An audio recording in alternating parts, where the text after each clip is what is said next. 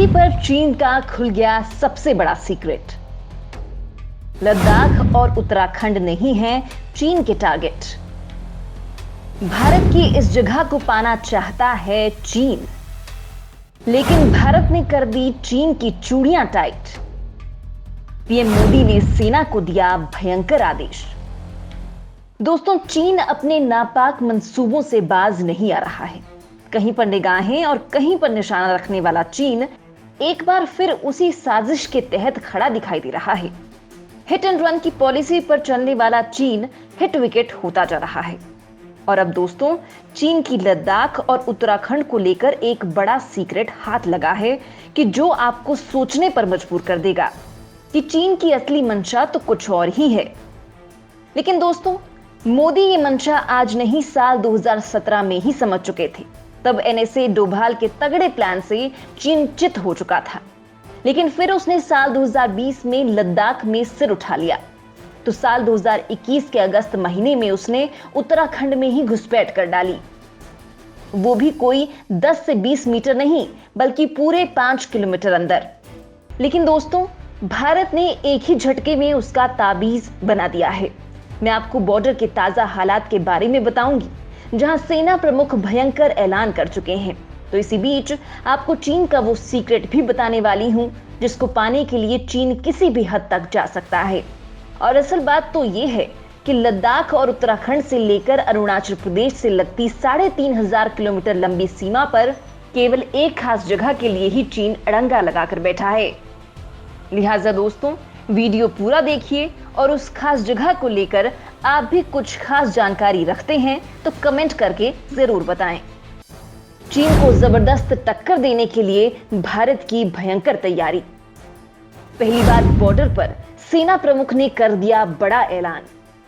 दोस्तों, चीन life of actual control यानी एलएसी पर न केवल सैनिकों की तादाद बढ़ा रहा है, बल्कि यहां हथियारों का जखीरा भी जुटा रहा है। तो भारत ने इसी को लेकर चीन को न केवल तगड़ी लताड़ लगाई है, बल्कि एक ही झटके में उससे कहीं तगड़ी तैयारी भी कर ली है। एक तरफ रणनीतिक मोर्चे पर भारतीय विदेश मंत्रालय ने साफ कर दिया है कि चीन उकसाने वाली हरकतें करके एलएसी में बदलाव की कोशिश कर रहा है, लेकिन भारत भी अपनी सरहदों की हिफाजत करना जानता है और हम अपने हर हित की सुरक्षा के लिए तैयार हैं। तो वहीं सेना प्रमुख नरवणे खुद बॉर्डर पर पहुंच चुके हैं, जहां उन्होंने चीन की हर हरकत का तगड़ा पलटवार करने के लिए कहा है। सेना प्रमुख ने कहा कि इस बार ऐसा जवाब दिया जाएगा कि फिर कभी कोई दुश्मन सिर उठाने की जहमत नहीं करेगा।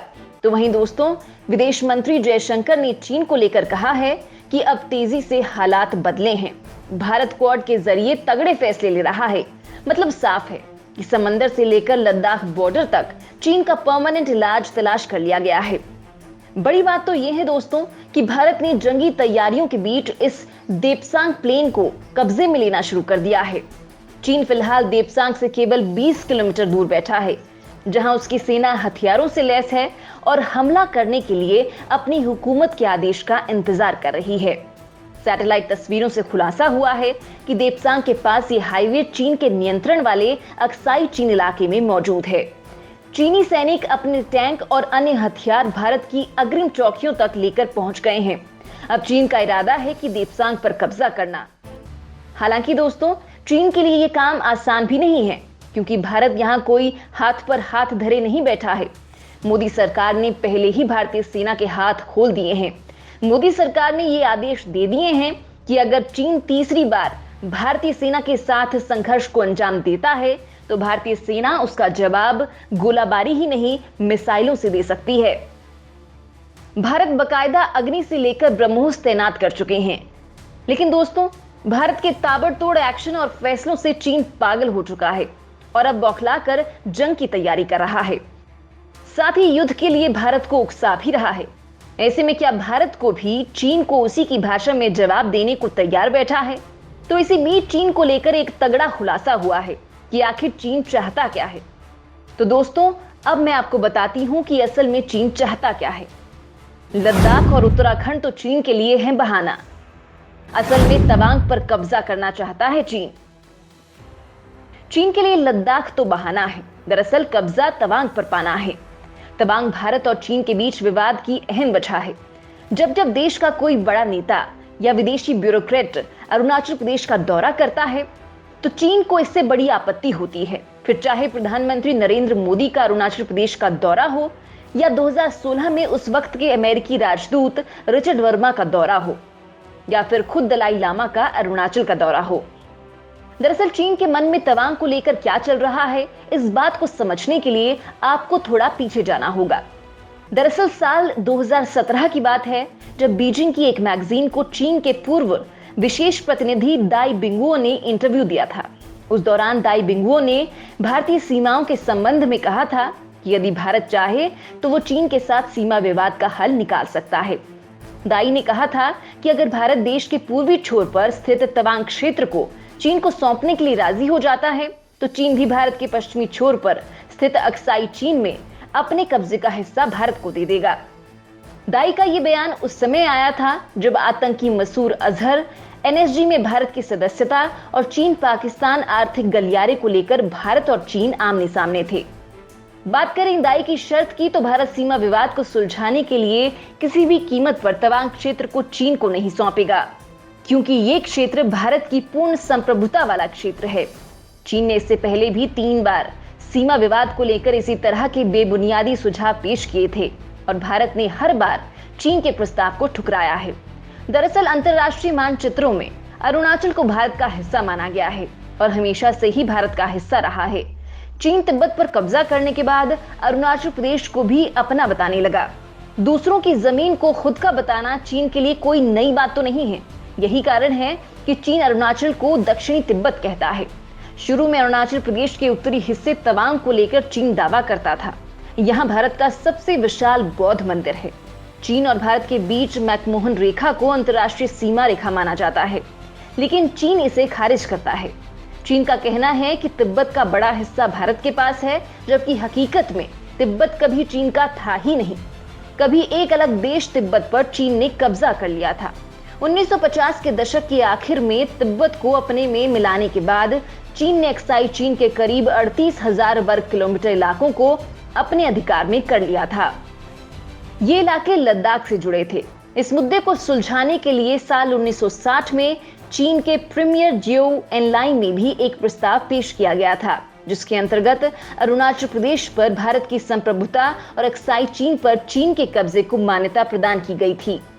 इस शानदार प्रस्ताव को तत्कालीन प्रधानमंत्री जवाहरलाल नेहरू ने ठुकरा दिया था। नेहरू के इस फैसले के बाद भारत के प्रति चीन का हौसला बुलंद हो गया।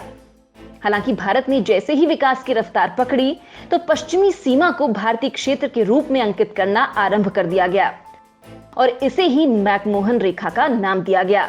इसी मैकमोहन रेखा के निर्धारण के फलस्वरूप देश के उत्तर पूर्व में स्थित अरुणाचल प्रदेश को भारत के एक अभिन्न हिस्से के रूप में शामिल किया गया।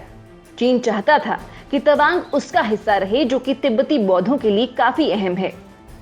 अरुणाचल को लेकर 1962 में चीन और भारत के बीच युद्ध हुआ था। अरुणाचल को लेकर भौगोलिक स्थिति पूरी तरह से भारत के पक्ष में है, इसलिए चीन 1962 में युद्ध जीतकर भी तवांग से पीछे हट गया। इसके बाद से भारत ने पूरे इलाके पर अपना नियंत्रण मजबूत कर लिया। दरअसल चीन की निगाहें शुरू से ही अरुणाचल प्रदेश और बौद्ध मठ तवांग पर रही हैं। चीन तवांग को अपने साथ लेकर तिब्बत की तरह ही प्रमुख बौद्ध स्थलों पर अपनी पकड़ बनाना चाहता है। वो तवांग को तिब्बत का हिस्सा मानता है। उसका दावा है कि तवांग और तिब्बत में काफी सांस्कृतिक समानताएं हैं। तवांग मठ को एशिया का सबसे बड़ा बौद्ध मठ भी कहा जाता है। अरुणाचल को अपना हिस्सा मानने की वजह से ही वो दलाई लामा, भारतीय प्रधानमंत्री और दूसरे शीर्ष मंत्रियों के दौरों का विरोध करता रहा है। इस राज्य के लोगों को स्टेपल वीजा जारी करने के चीनी फैसले का भी काफी विरोध हुआ था, लेकिन चीन अपने रवैये पर कायम रहा। इस राज्य पर चीन के दावों में कोई दम नहीं है। उसने साल 1951 में तिब्बत पर कब्जा किया था, जबकि साल 1938 में खींची गई मैकमोहन लाइन के मुताबिक अरुणाचल प्रदेश भारत का हिस्सा है। तवांग भारत के लिए सामरिक दृष्टि से काफी महत्वपूर्ण माना जाता है, इसलिए भारत उस पर किसी भी सूरत में कब्जा छोड़ नहीं सकता। तवांग के कब्जे में आने पर ही चीन देर सवेर पूरे राज्य पर अपना दावा ठोक सकता है। सामरिक रूप से बेहद महत्वपूर्ण तवांग की सीमाएं तिब्बत और भूटान से मिलती हैं। इसी वजह से चीन ने भूटान के साथ सीमा विवाद को तूल देते हुए उसके सांगटेंग वन्यजीव अभयारण्य पर दावा ठोका है। ये इलाका तवांग से सटा है। इस इलाके पर कब्जे के बाद चीन सीधे असम तक पहुंच सकता है। राजनीतिक पर्यवेक्षकों का कहना है कि चीन की मंशा लद्दाख में भारत को उलझाकर अरुणाचल प्रदेश और खासकर तवांग पर दबाव बनाने की है। हाल के दिनों में सीमा पर उसकी ओर से तैनात मिसाइलें और बख्तरबंद टुकड़ियां उसकी इस रणनीति का सबूत हैं। जानकारों का कहना है कि भारत को चीन की रणनीति का जवाब देने के लिए ठोस नीति बनाकर आगे बढ़ना होगा। अरुणाचल पर कब्जे की चीन की मंशा को और रणनीति को समझते हुए उसका मुंहतोड़ जवाब देना जरूरी है। खैर दोस्तों, इस बारे में आपकी क्या राय है? इस मामले पर अगर आप अधिक जानकारी रखते हैं तो कमेंट कर जरूर बताएं।